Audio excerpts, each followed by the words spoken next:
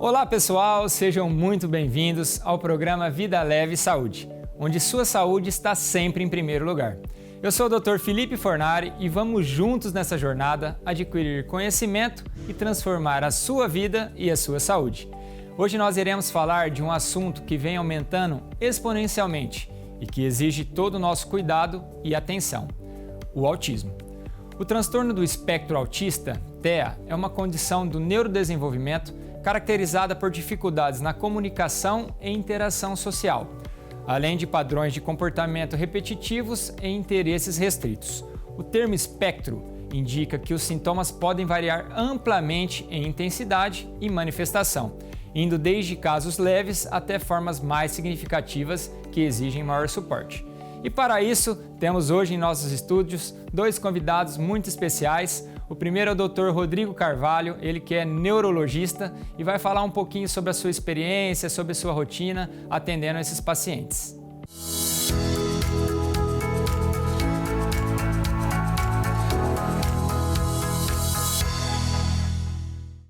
Bom dia, doutor. Muito obrigado por aceitar nosso convite. Obrigado. Uma satisfação estar aqui. Eu que agradeço o convite. Parabéns pelo programa, Felipe. Obrigado. Vamos falar o currículo da fera. Dr. Rodrigo é formado há 20 anos, é especialista em neurologia pela Santa Casa de Misericórdia de São Paulo. Fez pós-graduação em Medicina do Sono pela Unifesp, com formação realizada no Instituto do Sono. Pós-graduado em transtorno do espectro autista, em transtornos do neurodesenvolvimento pelo CBI de Miami. Atua há 10 anos como médico na AMA, Associação dos Amigos Autistas, e há 3 anos também na APAI de Valparaíso. Atende ainda no seu consultório e em diversas prefeituras, com foco em doenças e transtornos neurológicos em adultos e em crianças. Doutor, o que é o autismo? Explica pra gente. O autismo é uma condição relacionada ao desenvolvimento do cérebro. Então, ela está dentro de um grupo de condições que são chamados como transtornos do neurodesenvolvimento. Dentro dos transtornos do neurodesenvolvimento, nós temos, por exemplo, o TDAH, que é o déficit de atenção e a hiperatividade, que é muito bem conhecido. Temos também os transtornos do desenvolvimento da fala e da linguagem. Temos também a deficiência intelectual e os transtornos de aprendizagem. Então, o espectro autista está dentro desse conjunto de condições em que acontece um amadurecimento alterado do cérebro. Então, ele é um distúrbio desse processo que ocorre durante a primeira infância, especificamente no transtorno do espectro autista. Isso ocorre até o 3º ano de vida e ele já é determinado geneticamente por um conjunto muito grande de variações genéticas que podem apresentar uma associação entre elas e podem se manifestar de acordo com influências do meio também. Então, é uma condição onde o cérebro, que tem os neurônios, que a gente sabe que eles são a forma que ocorre a comunicação dos nervos dentro do cérebro, as redes neuronais estão alteradas e o funcionamento, então, do cérebro, a manifestação dele acontece dessa forma, esse funcionamento alterado do cérebro. Então, pelo fato de existir esse funcionamento alterado, não existe um exame específico para o transtorno do espectro autista. O diagnóstico dele é clínico. Como que é a manifestação do espectro autista? Então, as manifestações já se iniciam na primeira infância, geralmente até o 3º ano de vida, né? E existe um grupo muito grande de manifestações. Então, logo ao nascimento, esses bebês costumam ter o sono muito alterado. Já no desenvolvimento da primeira interação com a mãe, é comum que eles tenham uma dificuldade de manter contato visual com a mãe, eles têm uma reciprocidade socioemocional um pouco diminuída, então eles têm um balbucio diminuído, eles têm uma imitação menor quando a mamãe brinca ali com o bebê no berço, por exemplo. Depois, quando eles vão crescendo um pouquinho, eles têm às vezes algum atraso motor leve, mas é muito comum existir esse atraso motor, então ele também envolve questões motoras. O autismo também envolve questões sensoriais, então esse bebê muitas vezes tem algumas sensibilidades, né, exacerbadas ou diminuídas a alguns fatores. Então, durante o desenvolvimento, alguns sintomas, alguns sinais que chamam muito a atenção por exemplo, o bebê quando chega em volta de 9 meses, 1 ano, ele não dá tchau para os pais, ou então quando chega em algum lugar ele tem dificuldade de interagir logo de início. Ele, quando é chamado pelo nome, muitas vezes ele não atende. Quando ele começa a amadurecer um pouquinho, ele começa a atrasar na forma de se comunicar, de apontar o que quer, de atender algum comando. Ele, depois, quando vai desenvolvendo um pouco mais, a forma da reciprocidade socioemocional fica reduzida. Então, a maneira como ele acaba interagindo com outros bebês da idade dele é muito introspectivo, né? Esse bebê, ele acaba amadurecendo em diversos sentidos de forma reduzida. Então, a família costuma perceber, como a família não tem tanta experiência no desenvolvimento da criança, muitas vezes, né? Ela percebe geralmente que tem um atraso da fala. E essa criança acaba tendo alguns comportamentos alterados depois, quando vai ficando mais grandinha, vai ficando mais irritada, vai tendo, quando entra a alimentação, pelas questões sensoriais, algumas restrições alimentares, ele não aceita diversos tipos de alimentos. Então tem uma série de prejuízos que podem acontecer durante a infância. Essa dificuldade da fala, ele tem algum período? Começou a falar depois dos 3 anos, 4 anos, 2 anos, tem algum momento para a gente perceber isso daí? A gente espera que uma criança já a partir de 1 ano e meio, mais ou menos, já fale diversas palavrinhas e por volta de 2 anos fale até palavras, frases simples. Por exemplo, dá colo, quer água, fazer uma composição de palavras para formar frases simples. Isso costuma se apresentar alterado nessas crianças. Então ocorre também um atraso na fala. O transtorno do espectro autista não é um transtorno do desenvolvimento da fala, mas a linguagem e a comunicação está muito alterada. Então, a gente se comunica pela fala, a comunicação humana é feita assim, mas também por gestos, por apontamentos, por expressões faciais, pela postura. Então, todos esses elementos estão alterados. A fala é só mais um componente dessa comunicação, mas é o que chama muito a atenção dos pais, que levam ao médico geralmente por volta de 2 anos, ela leva com essa preocupação. E com o passar do tempo, a gente percebe uma diferença nos sinais em relação ao adolescente, ao adulto? O que muda? Como o próprio nome diz, o espectro autista é uma condição que tem uma variabilidade muito grande de apresentação. Então, dependendo do nível de autismo, ou seja, do grau de comprometimento que esse indivíduo tem, a manifestação vai ser bem diferente. E como ela tem alterações na comunicação, na interação social, na reciprocidade socioemocional, quando ele vai se tornando, a criança vai se tornando mais jovem, depois adulto, ele acaba desenvolvendo, mas sempre com prejuízos. Desde os níveis mais leves, a pessoa tem prejuízos nessa capacidade de se comunicar e de interagir. Só que isso pode acontecer, como é um espectro, de maneira muito acentuada e grave. E a pessoa vai ter uma limitação muito importante nisso. E, além das dificuldades de comunicação e interação, essa pessoa também tem um repertório repetitivo, fixo e estereotipado de comportamentos, de atitudes e de pensamentos. Então, além da parte da interação social, essa pessoa tem muitas manias, tem rigidez, tem ideias fixas, tem intolerância a algumas situações, dificuldade de adaptação, dificuldade de percepção de ambientes sociais e também de cognição social, ou seja, de compreender as relações sociais. Então, dependendo da gravidade do autismo, né, a gente vai perceber essas manifestações incidindo sobre as pessoas durante a vida delas. E nós temos diversos graus, né? E como que a gente consegue diferenciar isso aí através de exames? É o médico em relação ao paciente ou toda a equipe que faz um consenso e chega num determinado grau? E isso muda da idade infantil para a idade do adolescente, para a idade adulta? Sim. O grau do autismo é determinado pelo nível de auxílio, de apoio, de suporte que essa pessoa precisa para desempenhar autonomia no dia a dia. Numa criança muito pequenininha, ela é um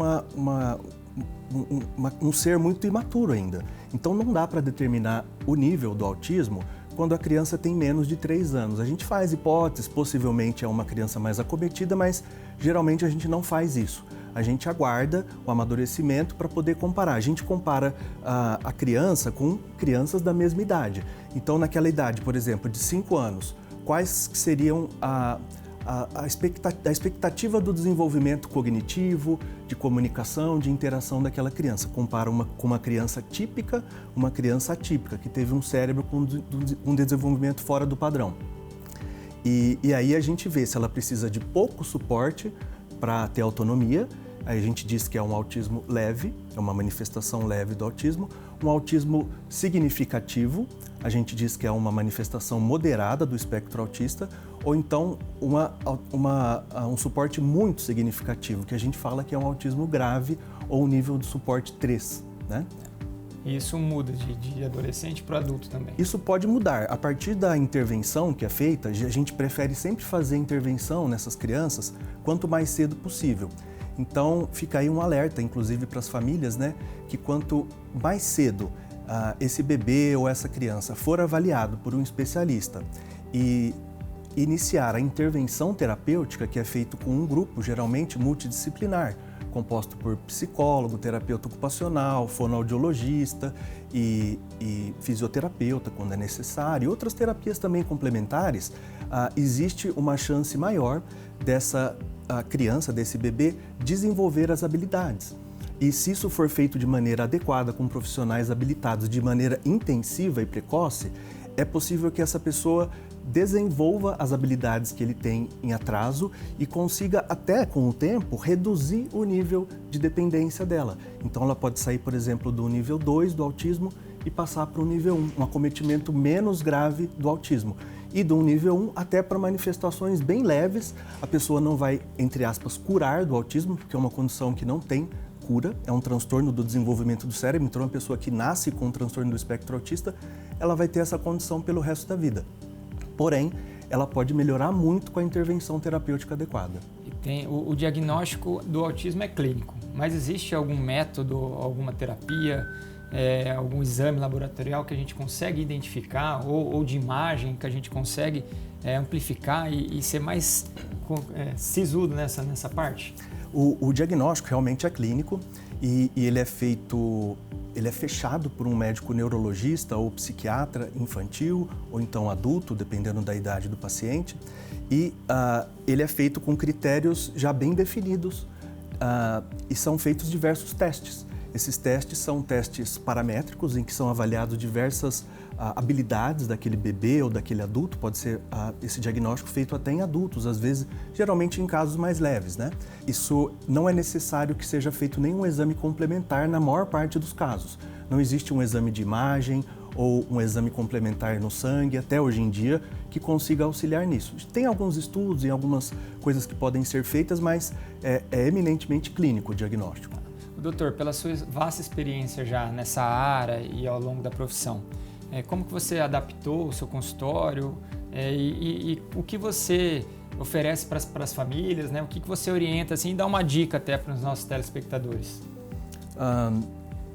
Com o tempo, a gente vai adquirindo experiência, né, para acompanhar essas crianças, né? Uma família que busca ajuda para o transtorno do espectro autista, ela é uma família com muita preocupação, porque hoje em dia a gente vê que na mídia está sendo muito divulgada, principalmente o aumento da incidência do espectro autista, né? E isso tem sido observado realmente por uma série de fatores, mas principalmente porque os critérios diagnósticos foram ampliados e principalmente porque está tendo essa percepção maior da sociedade. Então estão sendo diagnosticados mais casos com transtorno do espectro autista.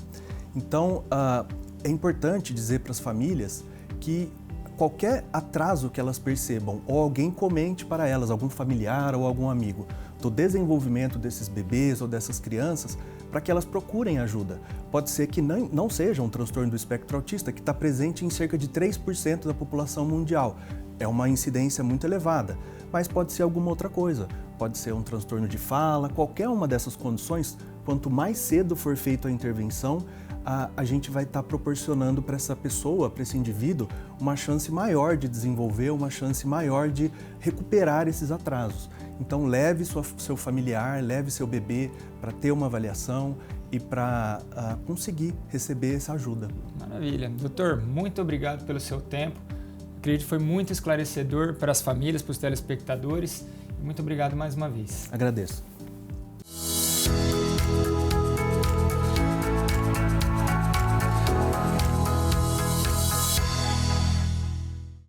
Estamos de volta com o programa Vida Leve e Saúde. E agora a nossa entrevistada especial, Solange Neri, ela mais conhecida como Sol do Autismo, e agora ela é mãe atípica e agora também está no Legislativo de Araçatuba. Seja bem-vinda, Sol. Obrigado, doutor. Obrigado por ter aceito o nosso convite. Obrigado você pelo convite. Ô Sol, conta pra gente, você tem um filho autista e como é que foi assim? Como que você percebeu? Quando que começou? Quando foi o diagnóstico? Explica um pouquinho. Para as famílias, aproveita esse espaço e explica para eles. Eu tenho o José, hoje ele está com 14 anos e a gente começou a notar que tinha alguma coisa diferente aos 6 meses, por conta de não olhar para a gente na hora de mamar, ele era muito nervoso. Se você deixasse o dia inteiro deitado no berço com aquele móvel girando, ele ficava o dia inteiro deitado ali olhando para aquele móvel. E eu comecei a perceber algumas coisas diferentes. Aí, quando chegou com 1 ano de idade, ele não andava ainda, ele não falava. A gente levava no pediatra, o pediatra falava pra gente, é manha, porque na sua casa todo mundo adulto, todo mundo grande e todo mundo faz tudo pra ele, então ele não vai querer falar, ele não vai querer andar. E foi levando. E a gente teve um diagnóstico tardio com quase 6 anos, com quase 7 anos, né? De 6 para 7 anos. Ele teve uma convulsão sem febre, que é uma das comorbidades do autismo. E foi quando a gente quase perdeu ele. Ele ficou 17 dias no UTI. Saindo de lá, como já estava em investigação TEA, aí ele foi laudado. E como é que foi assim? Você falou que foi tardio. Mas o que diferenciou e como é que foi esse procedimento ao longo desses 6 anos? Foi tardio porque hoje em dia a gente se fala do diagnóstico precoce, né? Para a criança ter melhor evolução, para a criança conseguir ter ganhos, né? O José, com 7 anos, a gente descobriu que era o autismo, que tinha convulsão, que tinha deficiência intelectual e até aquele momento a gente não tinha feito uma terapia, ele não tinha sido estimulado em nada ainda. E hoje o José está com quantos anos? O José está com 14 anos, ele tem deficiência intelectual moderada, a idade intelectual dele, né, é de 4 anos e 12 meses. E esse período, agora com 14, naquela época ainda pouco se falava, né, do autismo. A partir de que ano assim que você começou a lutar pela causa, que você começou a perceber que teve esse maior interesse da comunidade médica, científica, dos profissionais para melhorar a qualidade de atendimento e o diagnóstico dessas crianças? Eu acredito que em 2017 era tudo muito novo pra gente. E eu falo assim, Felipe, o autismo só é novo, só é algo lá longe, quando não é dentro da tua casa. Quando ele chega para dentro da tua casa e você é obrigado a conviver com o autismo, você vai estudar, você vai procurar informação para poder ajudar, né? Foi o que eu fiz com o José. Então eu acho de 2017, quando eu tive o laudo do José, eu tive meu período de luto, claro, como todas as mães têm. Até hoje eu me questiono como esse autismo entrou dentro da minha casa. Na época eu fiz diversos exames dele, porque eu não aceitava e hoje eu me questiono sobre o autismo dentro de casa, como que entrou, mas hoje eu tenho a informação de como veio. A informação aumenta quando a gente está dentro de casa. Eu falo, não é que não tinha informação, é porque eu não conhecia, não tinha ninguém com autismo, nunca tinha visto ninguém. É igual as pessoas com síndrome de Down. A gente só vai entender de síndrome de Down, a gente só vai querer saber se você tiver alguém próximo a você, né? É o que todo mundo fala. E o autismo, para mim, é a mesma coisa. E hoje, quais são as terapias que o José vem fazendo? O José, desde quando a gente descobriu, ele faz todas as terapias. Ele faz terapia ocupacional, ele faz psicologia, ele faz psicopedagoga, ele faz psicomotricista, ele faz tudo. Ele tem 22 horas semanais de terapias. E qual que você acha que melhora mais o quadro dele ou você não consegue perceber isso? Eu acredito que a terapia tem que ser um conjunto. Não tem como fazer só TO ou só fono, precisa trabalhar em conjunto, todos os terapeutas, e depois a gente tem o feedback que a gente fala, né, de 3 em 3 meses, de 6 em 6 meses, para estar retornando no neurologista, para estar vendo qual que está sendo o ganho dele. E como é que foi dentro da sua família descobrir, o José está com autismo, mudou muita coisa, você teve que fazer muitas adaptações, o que mudou? Muda a vida completamente, porque assim, aí a gente, ninguém mais te convida para nada. A primeira coisa é a solidão da família típica, que a gente precisa falar e sem romantizar, porque quando você tem um filho com transtorno, um filho dentro do espectro, ou qualquer outra deficiência, muda as coisas. Uma criança autista dos 6, 7 anos, geralmente é uma criança hiperativa, não para, faz uso de medicações para poder se concentrar na escola. Ninguém quer uma criança assim dentro de casa, né? Dentro da sua casa. Então eu lembro, eu comento até com meu esposo, que antes do autismo a nossa casa era lotada e a gente tinha muitos convites. Depois do autismo desapareceu muita gente, só ficaram que eram de verdade mesmo, mas muda bastante coisa. A minha casa se adaptou para o meu filho, hoje nós vivemos em função do José. Os meus pais foram mais difíceis para aceitar, porque a minha mãe era totalmente contra a medicação, que não tinha que dar medicação, e foi mais difícil. Mas hoje em dia a gente vive o autismo, mas um autismo leve. Eu faço as coisas no tempo do José. Eu falo que o José é o amor materializado dentro da minha casa. Então a gente já consegue lidar melhor com essa situação. E quando foi que você despertou para essa luta, né? Porque é uma luta diária. É uma luta. Em prol das famílias, né? Porque você ajuda as famílias dos autistas. Quando foi que surgiu isso e como funciona o seu trabalho hoje? Na verdade, Felipe, foi em 2017, quando eu peguei o laudo. Eu não entendia, não sabia o que era, dei um Google, aí me apareceu lá, o autista tem direito a um professor de apoio, a um cuidador, a medicação, a terapia. Eu corri na Secretaria de Educação, eu falei, nossa, menos mal, o José vai estar acompanhado por alguém. E cheguei lá, me foi negado esse direito. Aí fui atrás da terapia. Olha, tem que ir para uma fila de espera do SUS, que demora de 2 a 3 anos. Aí fui atrás da medicação. Olha, a medicação não tem, você precisa entrar no alto custo, e não tiver, entrar judicial. Eu falei, gente, que loucura que é tudo isso, é tudo muito difícil. E quando a gente fala de autismo, a gente tem que deixar bem claro que o autismo para a família pobre é muito diferente do autismo para a família que tem condição financeira, porque tudo é judicial, tudo você precisa de entrar com a liminar, tudo você precisa correr para o Ministério Público, para a Defensoria Pública para conseguir. Então eu entrei judicial e consegui todos esses direitos do José, garanti todos os direitos dele. E aí eu levantei, eu estava em depressão, estava de luto por conta do diagnóstico, e eu levantei deste luto para ajudar outras famílias a trilhar esse caminho das pedras que eu trilhei. Então a gente está aí desde 2017, levando orientação para essas famílias, assessoria jurídica, levando uma palavra de apoio, levando um conforto, que muitas das vezes a gente pega famílias que não tem nem a primeira mamadeira do dia para dar para a criança antes de dar uma medicação. Então o nosso trabalho é um trabalho de formiguinha, mas a gente, ao longo desses anos, a gente já auxiliou mais de 400 famílias. E acaba sendo, na verdade, vira políticas públicas, né? Porque a gente com essa dificuldade de acesso ao tratamento, judicialização das coisas, então a gente precisa seguir por outras vias, né? Então foi aí que também você pensou em ser vereadora para amplificar esse tratamento que você vem dando às pessoas, ou não? Na verdade, não foi eu que pensei, não. Foram as famílias que pensaram. Eles pediram para mim, Sol, vai, tenta, sai. A gente precisava de alguém representando a gente lá dentro. E eu saí para vereadora e confesso para você que eu não imaginava que eu fosse ganhar. Eu estava com bastante pessoas de nomes no partido, né? E quando saiu o resultado foi uma surpresa feliz, que hoje eu estou lá para representar as famílias de pessoas com deficiência, não só com autismo, mas pessoas com deficiência no geral. E você comentou um pouquinho de você, que você ficou um pouquinho depressiva, ficou na fase de luto. Hoje ainda você enfrenta essa dificuldade? Como você lida com isso? O que você faz no momento que você precisa ser enérgica, não? Você usa a medicação? Não? Como que você tem a sua válvula de escape? Hoje, o que eu falei para você, José Felipe é o amor materializado na Terra. Então, é tudo ao tempo dele. Eu já prefiro ter paz do que razão. Eu falo que essa é a minha frase. Claro que a gente impõe limites para ele. Antes do autismo, tem um homem que eu estou criando. A gente não vai estar aqui para a vida inteira. Então, a gente impõe limites. Ele tem as crises dele, ele tem os dias difíceis dele. E a gente hoje sabe tirar de letra. E um recado que você gostaria que você passasse para as pessoas?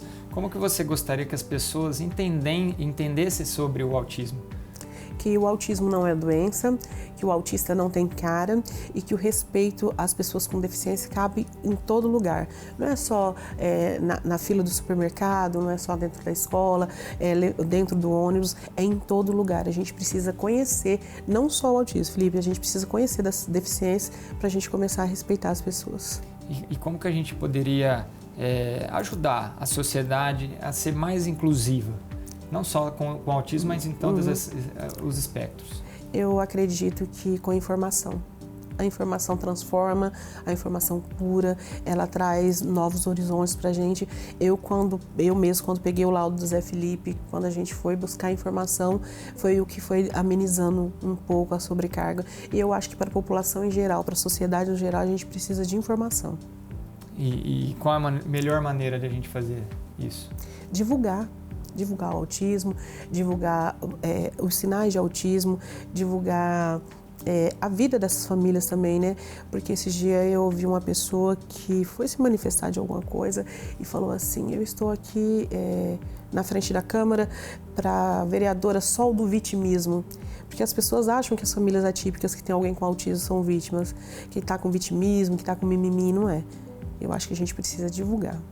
E para as famílias que têm o autismo em casa, qual a mensagem que você passa para elas? Que vocês continuem sendo fortes e corajosos e que vocês não estão sozinhos. Pode contar comigo, com o Gabinete da Inclusão, que a gente está lá para apoiar, para instruir e para acolher todos vocês. E Sol, hoje você tem ideia se tem algum projeto de lei, seja federal, âmbito estadual ou até municipal, em prol do autista? Nossa, a gente tem muitos projetos de lei, tem muita coisa, estadual, municipal, federal, mas tudo no papel, Felipe. O papel é lindo, é maravilhoso. E para a gente garantir que essa lei seja cumprida, que essas leis que estão ali, a gente precisa ir para o judiciário. É tudo bonito no papel. A gente tem muita coisa. E eu até pedi a gente solicitou para ver quais são as leis que tem no município, para a gente começar a fiscalizar. Porque não adianta estar criando leis e não ter fiscalização. Então a gente está fazendo esse estudo de quantas leis que tem dentro do município voltadas às pessoas com autismo, às pessoas com deficiências, para fiscalizar, para ver se realmente estão sendo cumpridas. E assim, como é que vamos voltar um pouquinho, o dia do José? O dia do José é o dia de um rei, eu falo. Ele está agora numa fase da adolescência, ele não quer ir para a escola. Tem dia que ele já acorda falando... Rebelde. Tá rebelde. Ele fala que ele já foi para a faculdade e agora ele é advogado igual o irmão. Tem dia que ele quer ir para a escola. Hoje mesmo ele está meio doentinho, está dormindo até tarde. E eu falo que ele vai crescer, ele está crescendo e está ficando mais tranquilo. E às vezes eu sinto falta daquele barulho que era minha casa. Ele estava já um rapazinho, então está mais tranquilo. Sol, muito obrigado por você estar presente aqui, passar um pouquinho do seu dia a dia, da sua vivência, que é muito importante. Inclusive esse mês é o mês da conscientização do autismo, né? Vocês vão fazer uma corrida. Vamos. Que bacana, viu? A gente fica muito feliz por você ter essa força, a gente dá esse suporte para você, essa energia, porque com certeza muitas famílias vão se beneficiar e vão seguir você como exemplo. Obrigado, tá doutor. Obrigado pelo convite. E assim a gente chega ao fim de mais um programa. Falamos sobre o autismo, um tema essencial para construirmos uma sociedade mais inclusiva e acolhedora. Quebramos alguns mitos e aprendemos como cada pessoa no espectro é única. O mais importante, respeito, informação e inclusão sempre.